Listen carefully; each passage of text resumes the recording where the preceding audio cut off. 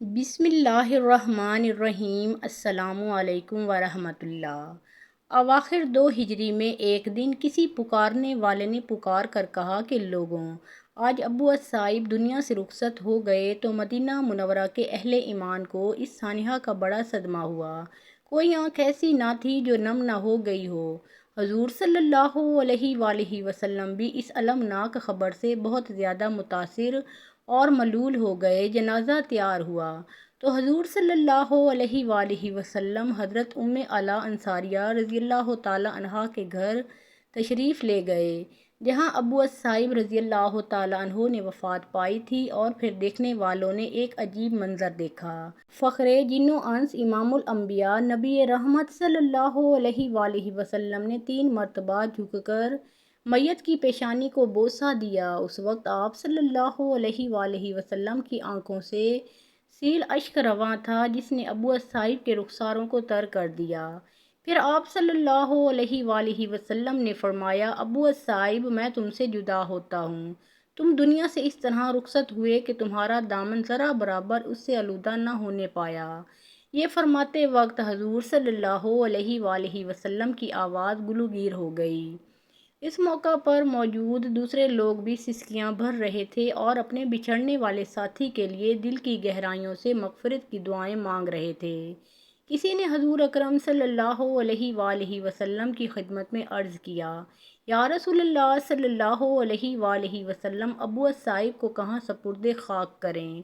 اس وقت تک مدینہ منورہ میں مسلمانوں کا کوئی خاص قبرستان نہیں تھا۔ حضور اکرم صلی اللہ علیہ وآلہ وسلم تھوڑی دیر تک سوچتے رہے اور پھر فرمایا، ان کی قبر مقام بقی میں کھودو۔ صحابہ رضی اللہ تعالیٰ عنہم تعمیل ارشاد کر چکے تو حضور صلی اللہ علیہ وآلہ وسلم جنازہ کے ساتھ بقی تشریف لے گئے اور نماز جنازہ پڑھا کر تدفین کی نگرانی کے لیے لبِ گور کھڑے ہو گئے۔ تدفین ہو چکی تو آپ صلی اللہ علیہ وآلہ وسلم نے قبر کے سرہانے ایک پتھر نصب کر کے فرمایا، آج سے میں بقی کو مسلمانوں کا قبرستان قرار دیتا ہوں۔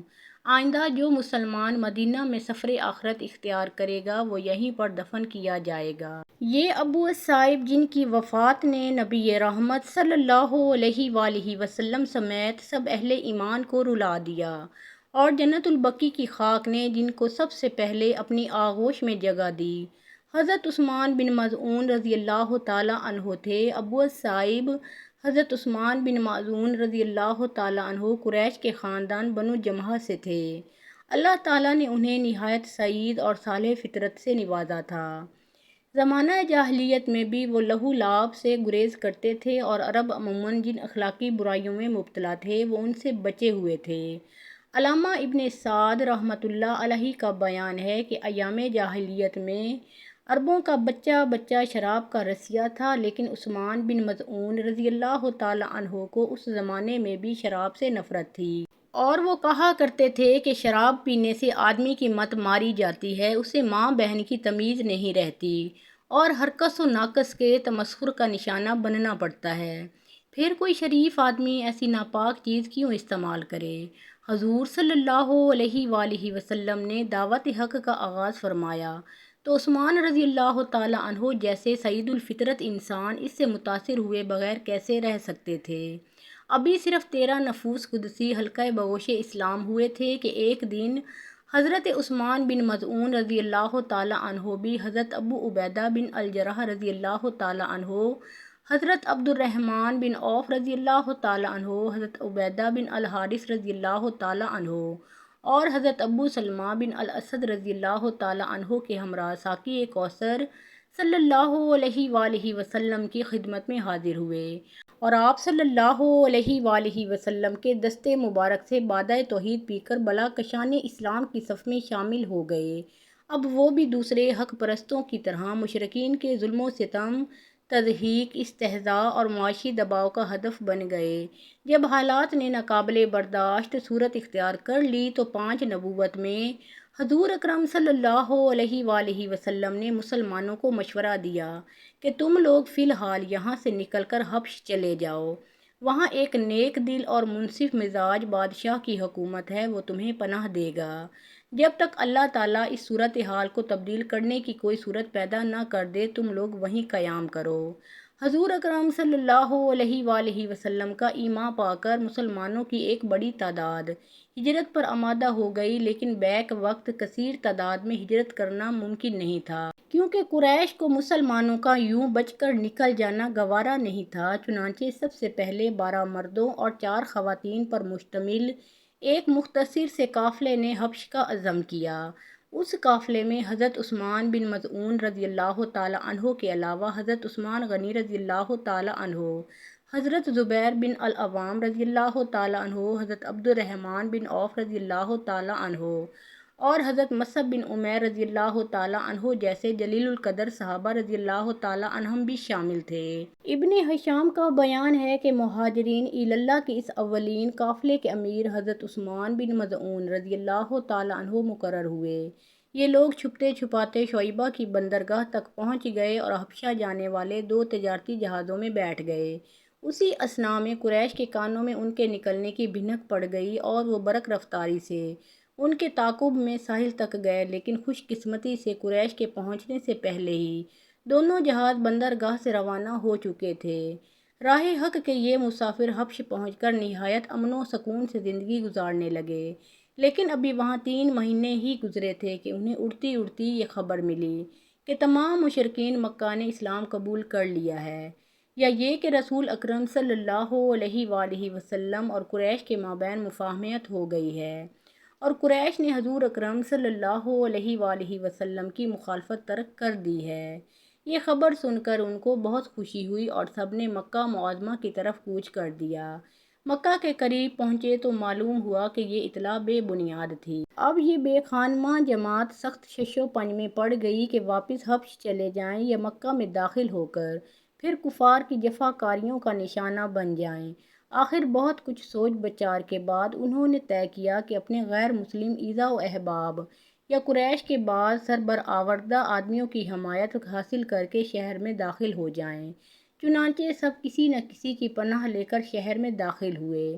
حضرت عثمان بن مظعون رضی اللہ تعالیٰ عنہ کو بنو مخزوم کے رئیس ولید بن مغیرہ، حضرت خالد بن ولید رضی اللہ تعالیٰ عنہ کے باپ نے پناہ دی، اور وہ مکہ میں امن و سکون کے ساتھ رہنے لگے، لیکن زیادہ دن نہیں گزرے تھے کہ وہ اپنے ضمیر میں سخت کشمکش محسوس کرنے لگے، جب وہ دیکھتے تھے کہ مشرکین مکہ حضور اکرم صلی اللہ علیہ وآلہ وسلم اور دوسرے حق پرستوں پر سخت مظالم ڈھا رہے ہیں اور وہ ولید کی پناہ میں آرام سے وقت گزار رہے ہیں، تو انہیں سخت شرم محسوس ہوتی تھی اور دل میں سوچتے تھے کہ افسوس میرے آقا حضور اکرم صلی اللہ علیہ وآلہ وسلم اور میرے اخوان دین تو طرح طرح کے مصائب و آلام میں مبتلا ہیں، اور میں ایک مشرک کی حمایت میں سکون چین کی زندگی گزار رہا ہوں۔ اللہ کی قسم یہ تو محض نفس پرستی ہے۔ چنانچہ ایک دن وہ سخت بے چین ہو کر ولید کے پاس پہنچے اور اس سے کہا، اے ابا عبد شمس، تم نے اپنی حمایت کا حق ادا کر دیا،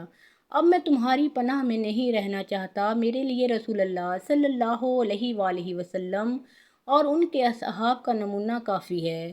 ولید نے کہا، بیٹے آخر بتاؤ تو صحیح کیا ہوا، کیا کسی نے تمہیں کوئی تکلیف پہنچائی ہے؟ حضرت عثمان رضی اللہ تعالیٰ عنہ نے فرمایا، نہیں ایسی کوئی بات نہیں ہے، بس اب میں صرف اللہ تعالیٰ کی پناہ چاہتا ہوں، کسی دوسرے کی حمایت مجھے درکار نہیں ہے۔ ولید نے کہا، اگر تمہاری یہی مرضی ہے تو پھر حرم میں جا کر سب کے سامنے میری پناہ سے نکلنے کا اعلان کرو، کیونکہ میں نے بھی اسی طرح تمہیں اپنی پناہ میں لیا تھا۔ حضرت عثمان رضی اللہ تعالیٰ عنہ اس کے لیے فوراً تیار ہو گئے۔ ولید ان کو ساتھ لے کر حرم میں گیا اور مجمع عام کے سامنے ان کی خواہش بیان کی۔ حضرت عثمان رضی اللہ تعالیٰ عنہ نے کھڑے ہو کر اس کی تصدیق کی اور فرمایا، اے اہل مکہ، میں نے ولید کو ایک باوفا اور شریف انسان پایا، اس نے میری حمایت کا پورا حق ادا کیا، مگر مجھے اللہ کی پناہ کے سوا کسی دوسرے کی پناہ میں رہنا پسند نہیں، اس لیے ولید کی پناہ میں نے واپس کر دی ہے۔ ولید بن مغیرہ کی پناہ سے دستبردار ہونا ظلم و ستم کے اس الاؤ میں کودنے کے مترادف تھا جو مشرکین نے حق پرستوں کے لیے دہکا رکھا تھا، لیکن حضرت عثمان بن مظعون رضی اللہ تعالیٰ عنہ اپنے آقا صلی اللہ علیہ وآلہ وسلم اور دوسرے بلاکشوں کے تتبع میں ہر قسم کے آرام اور راحت سے بے نیاز ہو کر مردانہ وار اس علاؤ میں کود پڑے۔ اسی زمانے میں جاہلی عرب کے مشہور شاعر لبید بن ربیعہ کا مکہ میں وردود ہوا۔ وہ ابھی مشرف با اسلام نہیں ہوئے تھے، مشرکین مکہ نے انہیں ہاتھوں ہاتھ لیا اور وہ ان کی شعر و سخن کی محفلوں کو گرمانے لگے۔ ایک دفعہ وہ قریش کی ایک مجلس میں اپنا قصیدہ سنا رہے تھے جب انہوں نے یہ مصرع پڑھا: خبردار رہو اللہ کے سوا ہر چیز باطل ہے۔ تو حضرت عثمان بن مظعون رضی اللہ تعالیٰ عنہ جو اس مجلس میں موجود تھے بے اختیار پکار اٹھے: بالکل بجا ہے، تم نے سچ کہا۔ لیکن جب انہوں نے دوسرا مصرع پڑھا: اور ہر نعمت لا محالہ زائل ہونے والی ہے، تو حضرت عثمان رضی اللہ تعالیٰ عنہ بول اٹھے: یہ غلط ہے، جنت کی نعمتیں ابدی ہیں اور وہ کبھی زائل نہ ہوں گی۔ اس پر سارے مجمع میں شور مچ گیا۔ لوگ حضرت عثمان رضی اللہ تعالیٰ عنہ کو برا بھلا کہنے لگے اور لبید سے یہ شعر دوبارہ پڑھنے کی فرمائش کی۔ انہوں نے اس شعر کی تکرار کی تو حضرت عثمان رضی اللہ تعالیٰ عنہ نے بھی اپنے الفاظ کا اعادہ کیا۔ اس پر لبید سخت برافروختہ ہوئے اور قریش سے مخاطب ہو کر کہنے لگے: اے برادران قریش، اللہ کی قسم پہلے تمہاری مجلسوں کی یہ کیفیت نہ تھی، نہ اس میں بیٹھنا کسی کے لیے باعث ننگ تھا اور نہ کبھی بدتمیزی نے ان میں رہ پائی تھی۔ اگر یہ شخص مجھے اسی طرح ٹوکتا رہا تو میں اپنا کلام سنا چکا۔ لبید کی باتیں سن کر مشرکین بھڑک اٹھے اور بنو مغیرہ کے ایک شخص نے اٹھ کر حضرت عثمان رضی اللہ تعالیٰ عنہ کے منہ پر اس زور سے تھپڑ مارا کہ ان کی آنکھ نیلی پڑ گئی۔ ولید بن مغیرہ پاس ہی کھڑا تھا، کہنے لگا: بیٹے، اگر تم میری پناہ میں رہتے تو کس کی مجال تھی کہ تم پر ہاتھ اٹھاتا؟ حضرت عثمان رضی اللہ تعالیٰ عنہ نے فوراً جواب دیا: اے ابا شمس، میری تو دوسری آنکھ بھی راہ حق میں اسی قسم کی چوٹ کھانے کے لیے بے قرار ہے۔ ولید نے کہا: عثمان، بہتر ہے کہ تم پھر میری پناہ میں آ جاؤ۔ انہوں نے بلا تامل جواب دیا: میرے لیے صرف اللہ رب العزت کی پناہ کافی ہے۔ ایک روایت میں ہے کہ اللہ تعالیٰ نے اسی مجلس میں ولید کے ایک بھتیجے عبداللہ بن ابی امیہ کو حضرت عثمان رضی اللہ تعالیٰ عنہ کی حمایت میں کھڑا کر دیا اور اس نے گھونسا مار کر تھپڑ مارنے والے شخص کی ناک توڑ دی۔ اس واقعہ کے بعد مشرکین مکہ نے پہلے سے دو چند قوت کے ساتھ مسلمانوں پر ظلم و ستم ڈھانے شروع کر دیے۔ جب یہ ستم آرائیاں حد برداشت سے تجاوز کر گئیں تو حضور صلی اللہ علیہ وآلہ وسلم نے پرستاران حق کو دوبارہ حبش جانے کی اجازت دے دی۔ لیکن اب کی بار مکہ سے نکلنا بڑا کٹھن کام تھا۔ تاہم جس طرح بن پڑا 83 مرد اور 20 خواتین حبش جانے میں کامیاب ہو گئے۔ ان میں حضرت عثمان بن مظعون رضی اللہ تعالیٰ عنہ، ان کے کمسن صاحبزادے صائب رضی اللہ تعالیٰ عنہ اور دو بھائی قدامہ بن مظعون اور عبداللہ بن مظعون رضی اللہ تعالیٰ عنہم بھی شامل تھے۔ مشرکین مکہ کو جب معلوم ہوا کہ مسلمان اتنی کثیر تعداد میں حبش جا کر امن و سکون کے ساتھ رہنے لگے ہیں تو وہ بہت سٹ پٹائے اور عبداللہ بن ربیعہ ابو جہل کے ماں جائے بھائی اور عمر بن العاص کو بہت سے قیمتی تحائف کے ساتھ نجاشی شاہ حبشہ کے پاس بھیجا تاکہ وہ کسی نہ کسی طرح نجاشی کو اس بات پر آمادہ کریں کہ وہ مہاجرین کو اپنے ملک سے نکال کر مکہ واپس بھیج دے۔ لیکن یہ سفارت ناکام رہی اور اس کے اراکین بے نیل مرام واپس آ گئے۔ اس سفارت کا الٹا یہ اثر ہوا کہ خود نجاشی کو قبول اسلام کی سعادت نصیب ہو گئی۔ ان مہاجرین کو حبش میں رہتے ہوئے 4-5 سال گزر گئے تو ایک دن انہیں اطلاع ملی کہ حضور اکرم صلی اللہ علیہ وآلہ وسلم مکہ سے ہجرت کر کے مدینہ تشریف لے گئے ہیں۔ اب وہ بھی حضور اکرم صلی اللہ علیہ وآلہ وسلم کی خدمت میں حاضر ہونے کے لیے بے تاب ہو گئے۔ لیکن ناداری اور تہی دستی مدینہ منورہ کے طویل بحری اور بری سفر کی راہ میں حائل تھی۔ تاہم 33 مردوں اور 8 خواتین نے مکہ معظمہ کے راستے مدینہ منورہ جانے کے لیے رخت سفر باندھ لیا اور چند دن کے بعد بعافیت مکہ معظمہ پہنچ گئے۔ ان میں حضرت عثمان بن مظعون رضی اللہ تعالیٰ عنہ، ان کے صاحبزادے صائب رضی اللہ تعالیٰ عنہ اور دونوں بھائی بھی تھے۔ مکہ معظمہ میں چند دن قیام کرنے کے بعد حضرت عثمان رضی اللہ تعالیٰ عنہ اپنے سارے اہل و عیال اور خاندان سمیت مدینہ منورہ کو ہجرت کر گئے۔ علامہ ابن سعد رحمۃ اللہ علیہ کا بیان ہے کہ حضرت عثمان بن مظعون رضی اللہ تعالیٰ عنہ مکہ سے اس طرح رخصت ہوئے کہ ان کے خاندان کا ایک متنفس بھی وہاں نہ رہا اور ان کے مکانوں میں قفل پڑ گئے۔ مدینہ منورہ پہنچ کر ان اصحاب نے حضرت عبداللہ بن سلمہ رضی اللہ تعالیٰ عنہ کے مکان پر قیام کیا۔ حضور اکرم صلی اللہ علیہ وآلہ وسلم کو ان کی آمد کی اطلاع ملی تو آپ صلی اللہ علیہ وآلہ وسلم بہت مسرور ہوئے اور حضرت عثمان رضی اللہ تعالیٰ عنہ اور ان کے بھائیوں کو مکانات کی تعمیر کے لیے وسیع قطعات زمین مرحمت فرمائے۔ رمضان المبارک 2 ہجری میں حضرت عثمان بن مظعون رضی اللہ تعالیٰ عنہ کو حق و باطل کے معرکہ اول غزوہ بدر میں شریک ہونے کا عظیم شرف حاصل ہوا۔ اس معرکے میں انہوں نے خوب داد شجاعت دی۔ قریش کا ایک جنگجو اوس المعبر مسلمانوں پر بڑھ چڑھ کر وار کر رہا تھا۔ حضرت عثمان رضی اللہ تعالیٰ عنہ شمشیر بکف اس کی طرف بڑھے۔ اسی اثناء میں حضرت علی رضی اللہ تعالیٰ عنہ بھی اس کے سر پر پہنچ گئے اور ان دونوں جانبازوں نے آنن فانن اس کا کام تمام کر دیا۔ ایک اور مشرک حنظلہ بن قبیصہ کو حضرت عثمان رضی اللہ تعالیٰ عنہ نے مغلوب کر کے زندہ گرفتار کر لیا۔ میدان جنگ سے واپس آئے تو وہ علیل ہو گئے۔ انصاری بھائی اور ان کے اہل خاندان بڑی دلسوزی کے ساتھ تیمارداری کی، لیکن ان کی علالت کا سلسلہ طویل ہوتا گیا، یہاں تک کہ اخیر 2 ہجری میں خالق حقیقی کی طرف بلاوا آ گیا۔ ان کی وفات پر مدینہ منورہ میں کوہرام مچ گیا۔ جس نے ان کی رحلت کی خبر سنی سر پکڑ کر بیٹھ گیا۔ حضرت عثمان رضی اللہ تعالیٰ عنہ نے بیماری کا سارا زمانہ حضرت ام اولیاء انصاریہ رضی اللہ تعالیٰ عنہا کے گھر گزارا تھا اور وہیں فوت ہوئے تھے۔ حضرت ام اولیاء رضی اللہ تعالیٰ عنہا انصاری خواتین میں سے تھیں۔ حضرت ام اولیاء فرماتی ہیں کہ جب انصار نے مہاجرین کے قیام کے لیے قرعہ اندازی کی تو عثمان بن مظعون رضی اللہ تعالیٰ عنہ کا نام ہمارے یہاں ٹھہرنے کے لیے نکلا۔ پھر عثمان رضی اللہ تعالیٰ عنہ ہمارے یہاں بیمار پڑ گئے۔ ہم نے ان کی تیمارداری کی لیکن ان کی وفات ہو گئی۔ نبی رحمت صلی اللہ علیہ وآلہ وسلم خود بادیدہ گریاں حضرت ام اولیاء کے گھر تشریف لے گئے اور میت کی پیشانی کو 3 بار بوسہ دیا۔ ام اولیاء رضی اللہ تعالیٰ عنہا نے حضور صلی اللہ علیہ وآلہ وسلم کے سامنے میت کو مخاطب کر کے کہا، ابو الصائب تم پر اللہ کی رحمت ہو، میں شہادت دیتی ہوں کہ اللہ نے تمہیں معزز کیا۔ حضور صلی اللہ علیہ وآلہ وسلم اگرچہ خود حضرت عثمان رضی اللہ تعالیٰ عنہ سے غایت درجہ محبت فرماتے تھے، لیکن آپ صلی اللہ علیہ وآلہ وسلم نے ارشاد فرمایا، ام اولیاء تمہیں یہ کیسے معلوم ہوا؟ تو انہوں نے عرض کیا، یا رسول اللہ میرے ماں باپ آپ پر قربان، اللہ تعالیٰ ابو الصائب جیسے آدمی کو عزت نہ دے گا تو اور کسے دے گا؟ حضور اکرم صلی اللہ علیہ وآلہ وسلم نے فرمایا، بلا شبہ عثمان رضی اللہ تعالیٰ عنہ اخلاص کے انتہائی درجے پر فائز تھے اور مجھے اس کے لیے اللہ سے بہتری کی امید ہے، لیکن اللہ کی قسم میں اللہ کا رسول ہو کر بھی نہیں جانتا کہ میرے ساتھ کیا معاملہ پیش آئے گا۔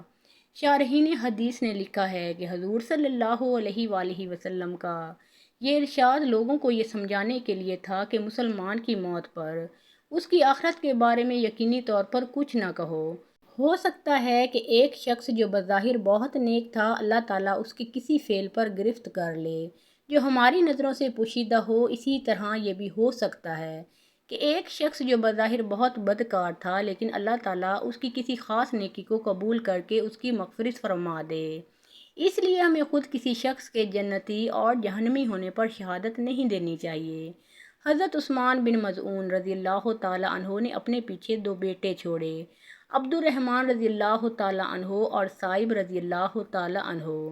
حضرت عثمان رضی اللہ تعالیٰ عنہ کی زوجہ کا نام خولہ بنت حکیم تھا۔ وہ قبیلہ سلیم سے تھیں اور مسند احمد کی روایت کے مطابق رشتہ میں رسول اکرم صلی اللہ علیہ وآلہ وسلم کی خالہ ہوتی تھیں۔ ان کا شمار جلیل القدر صحابیات میں ہوتا ہے، بہت عبادت گزار اور نیک سیرت خاتون تھیں۔ حضرت عثمان بن مظعون رضی اللہ تعالیٰ عنہ کی وفات کے بعد انہوں نے زندگی بھر دوسرا نکاح نہیں کیا۔ حضرت صائب اور عبد الرحمن رضی اللہ تعالیٰ عنہم انہی کے بطن سے تھے۔ حضرت عثمان بن مظعون رضی اللہ تعالیٰ عنہ کا صحیفہ اخلاق سلامتی طبع، استقامت فی الدین، حب رسول صلی اللہ علیہ وآلہ وسلم، جرأت و شجاعت، شرم و حیا اور زہد و ورع جیسے گلہائے رنگا رنگ سے آراستہ تھا۔ یوں تو زمانہ جاہلیت ہی میں ان کی پاک بازی کی شہرت تھی، لیکن قبول اسلام کے بعد یہ رنگ اور بھی نکھر گیا تھا۔ عبادت الہی سے بے حد شغف تھا۔ اکثر دن کو مسلسل روزے رکھتے تھے اور رات رات بھر عبادت میں مشغول رہتے تھے۔ مسند ابی داؤد میں ہے کہ رسول اکرم صلی اللہ علیہ وآلہ وسلم کو ان کی مسلسل شب بیداری اور عبادت کا حال معلوم ہوا تو آپ صلی اللہ علیہ وآلہ وسلم نے ان کو بلوا بھیجا۔ جب وہ حاضر ہوئے تو حضور صلی اللہ علیہ وآلہ وسلم نے فرمایا، عثمان تم کو میری سنت سے اعراض ہے؟ انہوں نے عرض کیا، یا رسول اللہ، میرے ماں باپ آپ پر قربان، اللہ کی قسم ایسی بات نہیں ہے، آپ کی سنت تو میرے لیے مشعل راہ ہے۔ حضور صلی اللہ علیہ وآلہ وسلم نے فرمایا، تو سنو، میں سوتا بھی ہوں اور نماز بھی پڑھتا ہوں، روزے بھی رکھتا ہوں، افطار بھی کرتا ہوں اور عورتوں سے نکاح بھی کرتا ہوں۔ عثمان، اللہ سے ڈرو، تمہاری بیوی کا بھی تم پر حق ہے، تمہارے مہمان کا بھی تم پر حق ہے اور تمہارے نفس کا بھی تم پر حق ہے، اس لیے تم روزہ بھی رکھو اور افطار بھی کرو، نماز بھی پڑھو اور سویا بھی کرو۔ علامہ ابن سعد رحمۃ اللہ علیہ نے یہ واقعہ ایک دوسرے پیرائے میں بیان کیا ہے۔ وہ لکھتے ہیں کہ عبادت میں حضرت عثمان بن مظعون رضی اللہ تعالی عنہ کا انہماک اس قدر بڑھ گیا تھا کہ وہ بیوی بچوں سے بالکل بے نیاز ہو گئے تھے۔ نتیجہ یہ ہوا کہ ان کی اہلیہ نے سنگار ترک کر دیا اور بہت ہی سادہ خراب حالت میں رہنے لگیں۔ ایک دن اتفاق سے حرم نبوی میں آئیں تو امہات المومنین انہیں اس حالت میں دیکھ کر بہت متعجب ہوئیں اور پوچھا، خولہ، یہ تم نے اپنی کیا حالت بنا رکھی ہے؟